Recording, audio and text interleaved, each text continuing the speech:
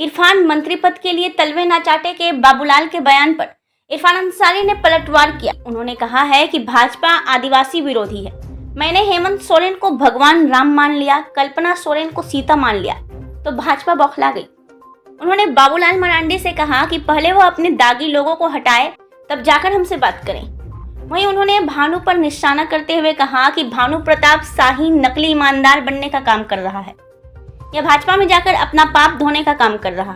भानु मंत्री रहकर आदिवासियों का पैसा लूटा है और इससे वह बच नहीं सकता। गांडे जो उपचुनाव है, आज प्रचार का अंतिम दिन था। हम लोगों ने काफ़ी मेहनत किया और जनता ने मन बना लिया है।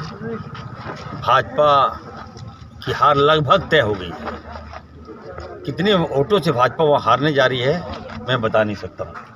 कल्पना भाभी के चुनाव लड़ने से इसका फ़ायदा गिरिडीह लोकसभा, कोडरमा लोकसभा, दुमका लोकसभा और गोड्डा के साथ साथ दुमका लोकसभा तक हम लोग को उसका लाभ मिलने जा रहा है। मैं पूछना चाहता हूँ भाजपा और ये भानु जो है ये बहुत बड़ा नकली ईमानदार बन रहा है। भाजपा में जाकर अपना पाप को धोने का काम कर रहा है। मैं पूछना चाहता हूँ, मैंने अगर हेमंत सोरेन को अपना राम माना है तो क्या पाप किया है? क्या पाप किया है? नहीं। क्या मैं कल्पना भाभी को सीता भाभी माना है तो क्या मैंने पाप किया है? नहीं। बेवजह ये लोग नाटक करता है। मैं कहना चाहता हूँ, मैं अपनी कल्पना भाभी का, अपनी सीता माँ का एक एक आंसू का बदला लूँगा और वो बदला तभी होगा जब हम भाजपा का जो कमल फूल है उसको मुरझा देंगे, उसको सत्यानाश कर देंगे, तभी इरफान अंसारी चैन से रहेगा। याद रखिएगा, मैं आ रहा हूँ भानु, याद रखना। मंत्री तुम भी थे, जो तुमने लूटा है, झारखंड का पैसा लूटा है, आदिवासियों का पैसा लूटा है, उसका हिसाब तो मैं लूँगा तुमसे। हजारों करोड़ का आरोप है भानु पर, कोई बोलने वाला नहीं है। भाजपा के लोग मौन हैं। मैं बाबूलाल जी से पूछना चाहता हूँ, ये दागी लोगों को पहले हटाइए आप, उसके बाद बात कीजिएगा आप।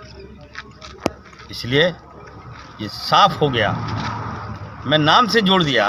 अगर मैं हेमंत सोरेन को अगर मैं भगवान राम कह दिया, उनकी तरह कह दिया, तो बीजेपी बौखला गई। कल्पना भाभी को मैंने सीता अपना मान लिया तो भाजपा बौखला गई। इनके नेता बौखला गए, भाजपा के नेता। ये साफ दर्शाता है कि बीजेपी के लोग जो है ये आदिवासी विरोधी हैं। ये आदिवासियों को कभी पचा नहीं सकते हैं।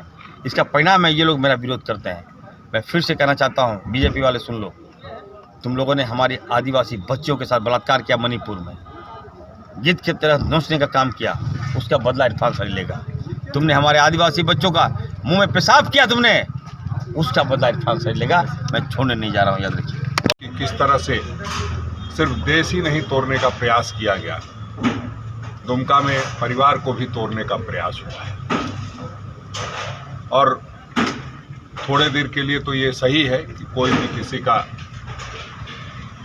को बरगला सकता है, उसका अपहरण कर सकता है, लेकिन अंत में परिवार ही काम आता है। तो हम ये समझते हैं कि हमें पूरी सहानुभूति है यहाँ के जो उम्मीदवार हैं नलिन सोरेन जी, उनको विशेष परिस्थिति में हम लोगों को उतारना पड़ा है। क्योंकि आप जानते हैं कि हेमंत सोरेन जी को किस कदर एक साजिश के तहत, षड्यंत्र के तहत फंसा कर जेल भेजा गया, फिर उनके परिवार को तोड़ने का प्रयास किया गया। अब ऐसे में हम लोगों ने निर्णय लिया है कि पूरी ताकत के साथ नलिन सोरेन जी को चुनाव जितवा करके संसद में भेजने का काम करेंगे। और